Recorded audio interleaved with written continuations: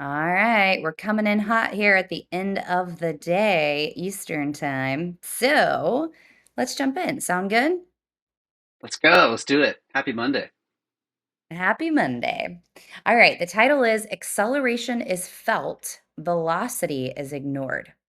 On an airplane, we notice even tiny changes in acceleration, including direction, but we're completely unaware that we're traveling at hundreds of miles an hour. Compared to what is the unstated question that we ask ourselves all the time. Consumers, employees, and peers are unlikely to think about what's already a given. It's the changes that we notice. I feel like every person that just read or heard that is going back in their memory bank to that moment or moments on an airplane that you felt it when when there was a change. When you felt the change, there was one moment. I don't know. I want to say 20 feet. It was probably like 200 or more feet, 2,000 feet. I remember that moment on an airplane. Oh man. I've never had, surprisingly, for all the airplanes that I've been on, I've never had like a time where I was truly like scared. Okay. Um, okay, sorry. It's saying that I have a poor internet connection, but anyway, I think we're still going. But Yeah. we go. Um, so but there have been times where it's like really bad turbulence, but not a time where I've felt genuinely like terrified. But there's been a time where you felt scared or terrified? There was definitely a drop. I've come to the point where I know we're talking about airplanes and it's just an analogy, but I think it's great to talk about the feeling that he's talking about because it can be the same. But yeah, I've gotten to the point where I get so relaxed on airplanes that I fall asleep. I think it's because I've just said, you know what? There's nothing I can do about a situation up here. So I'm just going to say, like, Here we Lord, go. Lord, if it's my time, just I trust you. Like, so I'm just going to relax. And thankfully, that's gotten me through a couple Mhm. moments where it was like, sure, my hand grabbed the seat pretty tight, but it was like, I mean, what am I gonna do? Me Yeah. squeezing that thing tight, it's not gonna do a lot of change. But yeah, there's been a Yeah. couple moments. But it was Yeah. those moments that it is crazy to think like the physics of an airplane as the example. The fact that you can like take a little, item and toss it up and down and it comes back, it doesn't shoot backwards as fast as you're traveling. Just that system is safe. And that system is this fascinating physics thing where, like, in a system, like an airplane, that environment, you don't notice the speed, you don't notice the velocity. It's only when that drop and then that little item hits the ceiling, the change is what makes you notice and makes you freak out. And so, um, yeah, Yeah. I'm compared to curious, what? like, yeah, has there been a business situation where, or like a brand where you have noticed a difference? Okay, actually, this might be a good analogy. So, Okay. I anyone who knows me well knows that I love Southwest Airlines and I hate United Airlines. And United is mainly been because that's the hub here in Houston. Like, you fly Delta a lot because Atlanta is not far from you, and Right. that's the Delta And hub. it's the Dallas best, is the but yeah, that's right. yeah. So, it's been a really long time since I've flown Delta, and I came to visit you a couple weeks ago or last week, I guess. That's crazy. And the only like well, I guess there was a United option into Chattanooga, but the times were not Not there. great. Well, okay, there was not a Southwest option into Chattanooga.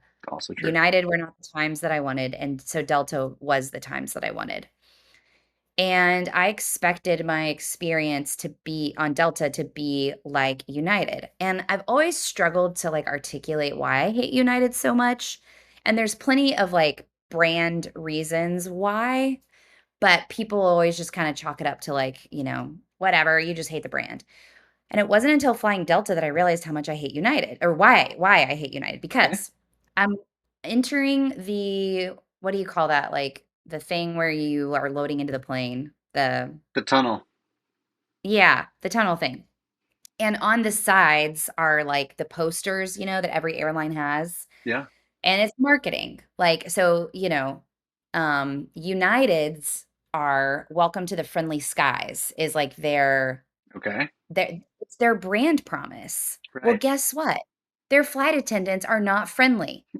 Like, I cannot think of a time where I thought that United flight attendant was so friendly. Can't think of it.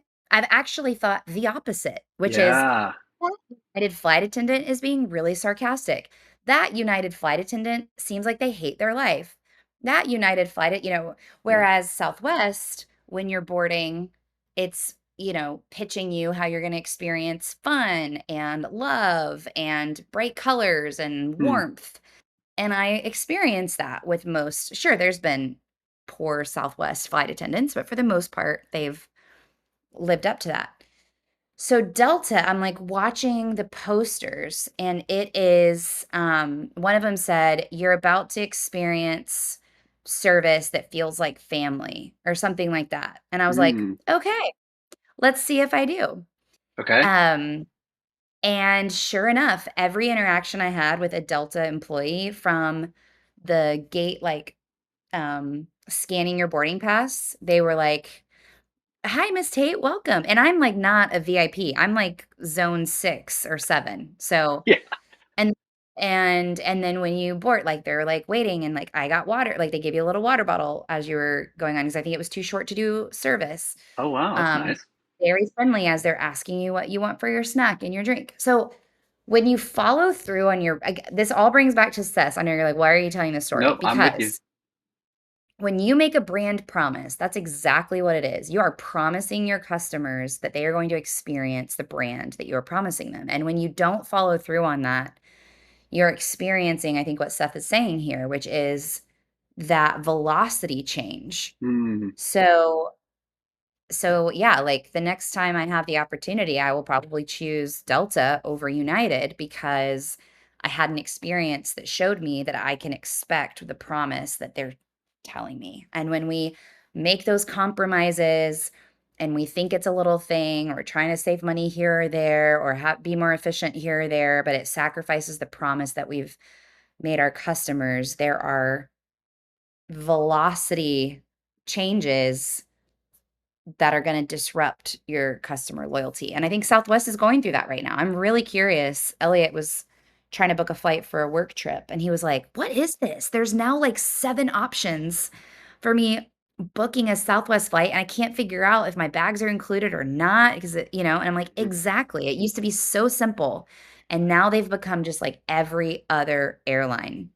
And they're So, marketing it as if like you're welcome. Now we're doing it the way everyone else is doing it, and mm-mm. it's really fascinating to watch because I'm like, yeah, it was different, and there were complaints like I feel like cattle, but like that's what kept it cheap. That's what kept it Southwest.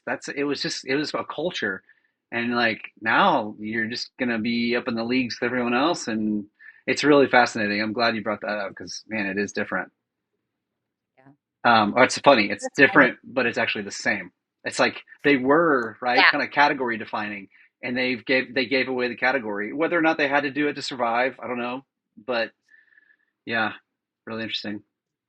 And I think I've talked about this before, but I like how you related it to like you literally put your brand promise right in front of me as I enter to engage with your brand ambassadors, the flight attendants.